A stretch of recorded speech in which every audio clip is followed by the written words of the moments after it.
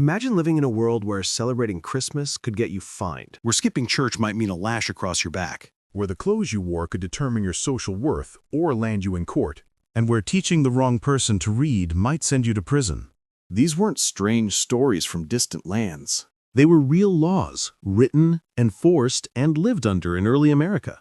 Today, we uncover the 10 most bizarre and shocking laws from early American states, rules that shaped daily life in ways that will leave you stunned. Law number 1. In the heart of 17th century Boston, the year was 1659, and Christmas was a crime. The Puritans, strict Protestants who had fled England to build a godly commonwealth, despised the holiday. To them, December 25 was not a holy day, but a day of pagan excess and Catholic corruption. Instead of joy, feasting, and carols, the Puritans demanded labor, fasting, and prayer. On May 11, 1659, the Massachusetts General Court passed a law that banned the celebration of Christmas. Anyone caught taking the day off work, hanging decorations, or indulging in festivities was fined 5 shillings. 5 shillings was no small sum.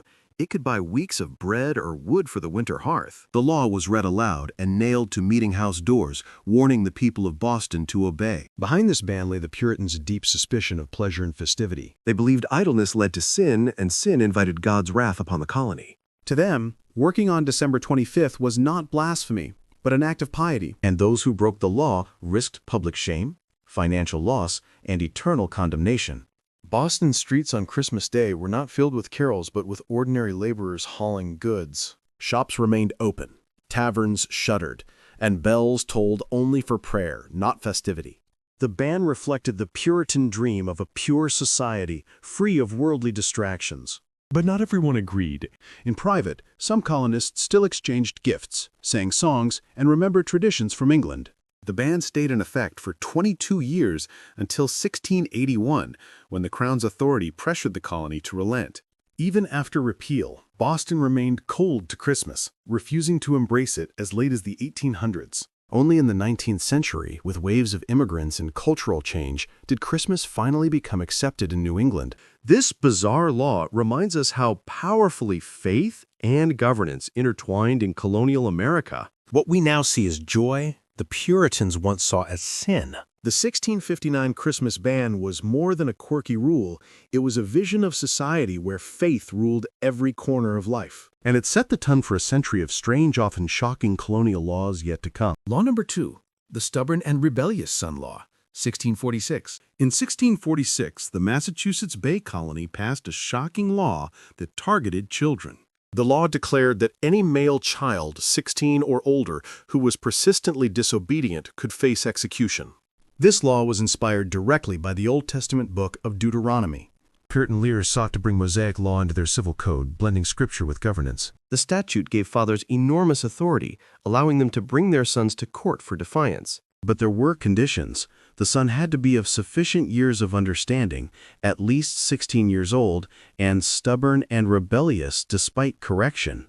The law applied only to sons. Daughters, though equally capable of disobedience, were not named. The punishment written was execution, though no child is recorded as having been legally put to death under this law. Instead, the law was used as a tool of public shaming and harsh discipline. One famous case occurred in 1665, when John Porter Jr. was brought before the court under this law. Though sentenced, he was not executed. His punishment was whipping and public humiliation. The law revealed the Puritans' obsession with order, hierarchy, and obedience. For Puritans, the family was the foundation of society, and defiance within it was a threat to the whole colony. This law also reflected their belief that children were inherently sinful, requiring strict control. The language of the law was chillingly precise, describing the son as stubborn and rebellious, not hearkening to the voice of his parents. The statute stayed on the books until 1681, when colonial laws were revised, and some of the harsher Mosaic-inspired codes were repealed. Still, its existence left a legacy of fear and reinforced the authoritarian culture of Puritan New England. The stubborn child law also symbolized the blurred line between church, family, and state. For centuries afterward, it became a symbol of how extreme the Puritan experiment could be. Even today, historians cite it as one of the most bizarre examples of legal overreach in American history. It reminds us that early America was not just a land of liberty, but also of rigid, sometimes terrifying control. This bizarre statute shows how a society desperate for order could legislate even the obedience of children. And it set a chilling precedent that authority, when fused with religion, could reach even into the family's most private bonds.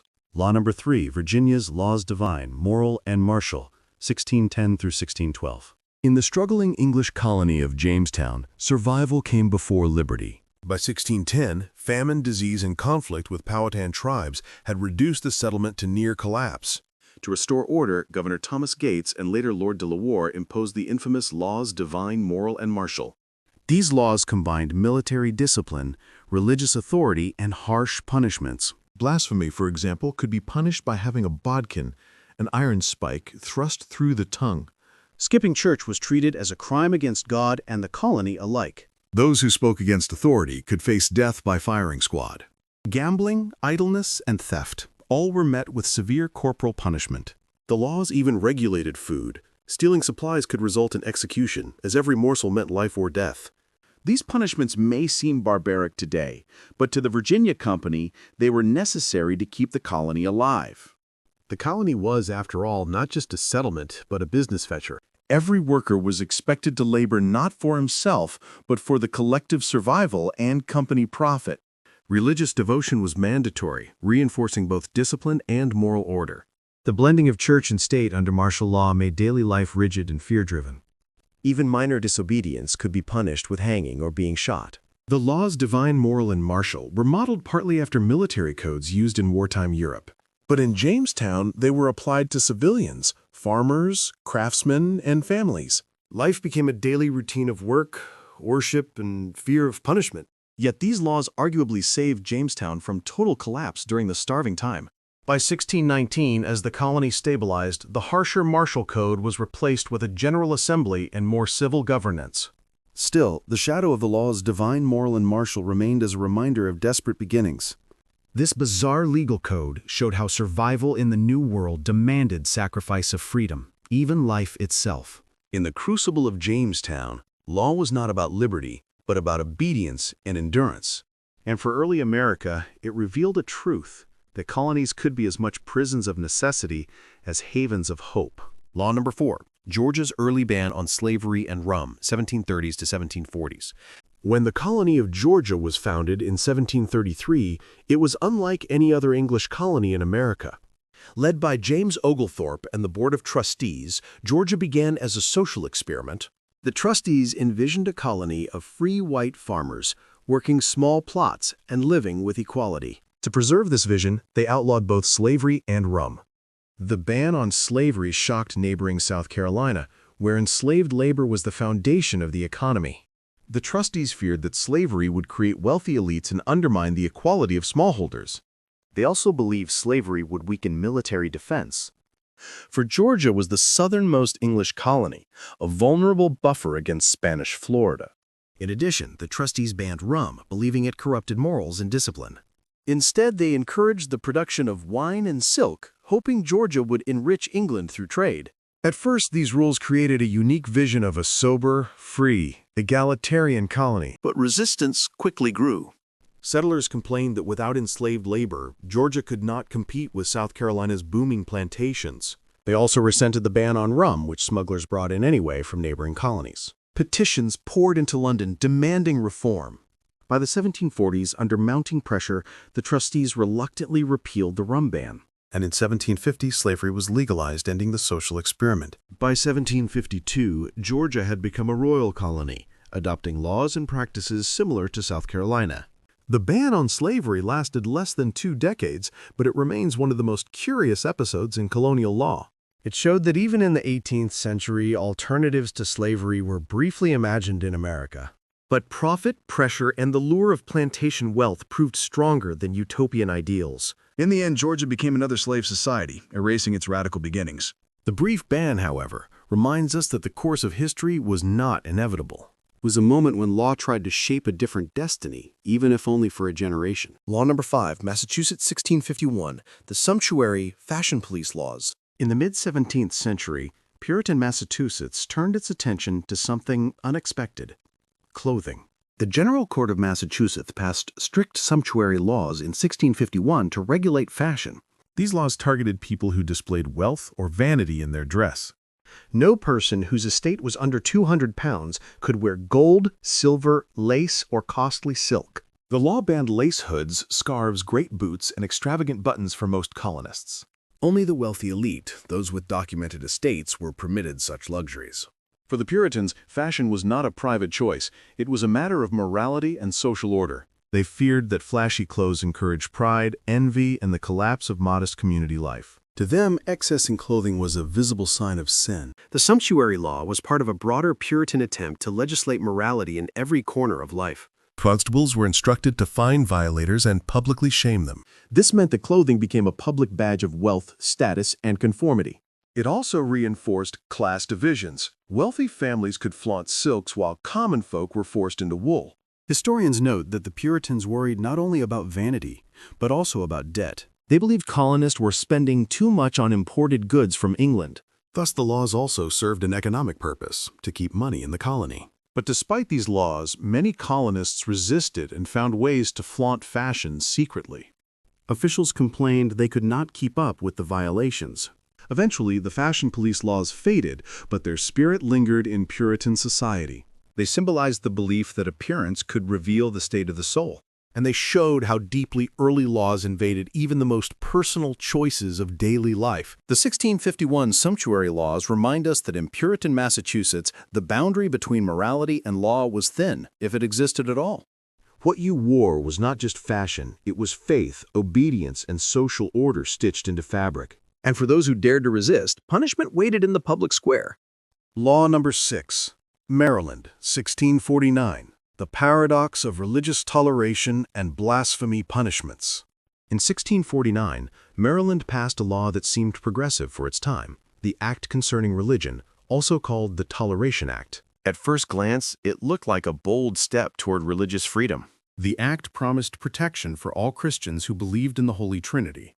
It meant Catholics, often persecuted in England, could live without fear in Maryland. But there was a paradox hidden within the law. The same act that granted toleration also imposed the death penalty for blasphemy or denying the Trinity. Calling Christ false, mocking the Virgin Mary, or denying the Trinity could cost you your life. So while Christians gained protection, Jews, Muslims, atheists, and non-Trinitarians remained outside the law's mercy. The law reflected Maryland's delicate balance between Catholic founders and a Protestant majority. It was a compromise designed to prevent religious conflict from tearing the colony apart. Yet enforcement was harsh, and records show prosecutions for blasphemy under this act. Over time, political turmoil led to the act being repealed, reinstated, and repealed again. The paradox remained: freedom for some, severe punishment for others. Historians see the law as both a milestone and a warning. It was a milestone because it recognized for the first time in America the principle of legal protection for religious practice.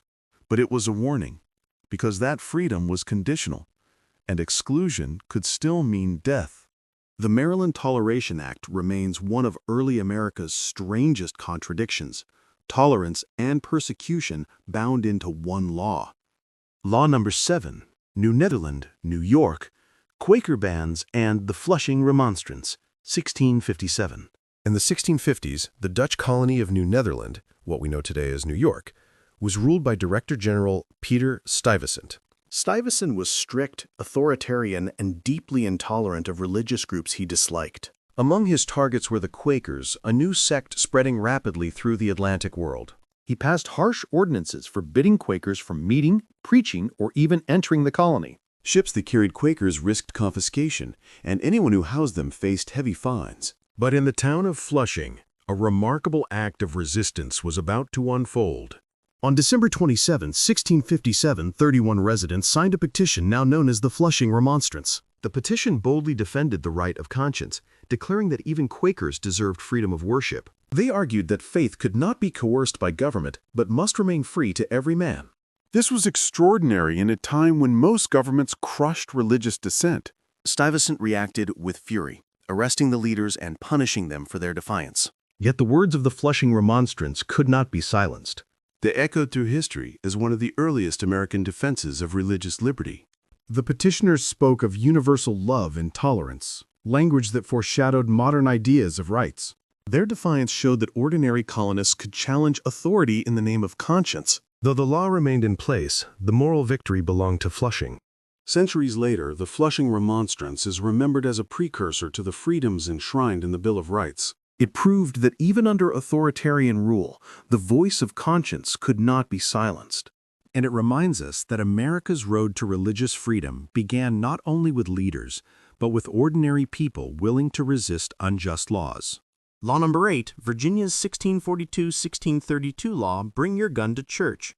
In colonial Virginia, going to church on Sunday was not only a spiritual duty, it was a military obligation. As early as 1632, Virginia passed a law requiring every man to bring a firearm to Sunday services. By 1642, the law was reinforced with specific penalties for disobedience. The reason was clear. Virginia was a frontier colony surrounded by danger. Powhatan resistance, European rivals, and internal disorder threatened the fragile settlement. Church was the one place where nearly every colonist gathered at once. That meant it was also the most vulnerable moment for attack. So the law commanded men to come armed, ready to fight if danger struck mid-sermon. Failure to comply could mean fines, whippings, or loss of rations. Servants, too, were bound by the rule. If they came without arms, their masters paid or they were whipped. The law reveals how religion and defense were fused in early Virginia life. For colonists, worship was never separate from the threat of war. The requirement also reinforced militia discipline, reminding colonists they were always soldiers. It blurred the line between sacred space and military outpost. Yet not all colonists obeyed willingly. Some saw it as an added burden in already difficult lives. Still, the rule remained in place for decades, a reflection of constant insecurity. It shaped a society where guns were not merely tools of war, but instruments of daily order. And it revealed how fragile the early colony truly was. So fragile that even prayer required armed guards. The Virginia law to bring guns to church was less about faith than about fear. But in that fear, colonists forged a culture of armed readiness that would echo throughout American history. Law number 9, New Hampshire 1640s, laws against long hair. In the 1640s, the colony of New Hampshire passed a law that seemed almost comical by modern standards. It forbade men from wearing their hair long, declaring it a sign of vanity and rebellion. The law targeted what Puritan leaders saw as unseemly and offensive fashions creeping in from England. Ministers preached fiery sermons against the trend, warning that long hair led men away from God. To them, long hair symbolized pride, effeminacy, and moral decay. The rule was enforced by fines and public shaming. Some records even describe offenders being dragged into court for refusing to cut their locks. For Puritan authorities, appearance was never just fashion, it was morality displayed in plain sight. They believed visible discipline in clothing and hair kept the community holy and orderly. Yet not everyone accepted this intrusion into personal style. Some quietly resisted growing their hair long in secret or tying it up under hats. The crackdown on hair length reflected deeper anxieties about youth and identity. Leaders feared that if the young embraced vanity, they would abandon Puritan discipline altogether. It was part of a broader Puritan war against what they called worldly fashions. By legislating hair length, they tried to enforce modesty quite literally, from head to toe. Over time, the law faded as fashion inevitably shifted and enforcement weakened. But its memory survives as one of the strangest examples of colonial overreach. It reminds us that even something as personal as a haircut could once be a matter of law. And it shows how early America was shaped not just by laws of survival, but also by laws of control, down to the last strand of hair. Law number 10, South Carolina, 1740, the Negro Act and anti-literacy laws. In 1740, South Carolina passed a sweeping law that would shape slavery for generations, the Negro Act. It was written in the shadow of the Stono Rebellion of 1739, the largest slave uprising in colonial America. Terrified white lawmakers responded with a code designed to strip enslaved Africans of every basic right. The act forbade enslaved people from gathering in groups without white supervision. It banned them from growing food for themselves, raising animals, or earning money. Most chilling of all, it made it illegal to teach enslaved people to read or write. Literacy was seen as dangerous, a pathway to rebellion, escape, and self-determination. The law ordered severe punishments for anyone caught educating the enslaved. For enslaved people themselves, being caught reading could mean brutal whippings or worse. The Negro Act turned everyday life into a system of surveillance and fear. Patrollers roamed roads and plantations, checking passes and punishing those caught without them. The act gave legal cover for violence, allowing masters to whip, chain, and mutilate with impunity. Its purpose was clear: to crush resistance and keep enslaved people powerless. And it worked, at least for a time. But even under this oppressive code, enslaved Africans resisted in quiet ways. Some secretly learned to read, passing knowledge in whispers from one to another. Others ran away, using fragments of literacy and secret networks to guide their escapes. The Negro Act remained the foundation of slave law in South Carolina for decades. Its anti-literacy provisions spread across the South, shaping a culture of ignorance enforced by violence. The act is remembered today as one of the darkest examples of law used as a weapon of oppression. It shows how far fear can drive lawmakers. So far, they criminalize knowledge itself. And it reminds us that bizarre laws were not always quaint or laughable. Some were brutally cruel, shaping lives with lasting pain. The Negro Act of 1740 closed the chapter of our documentary with a chilling truth. Law can liberate, but it can also enslave.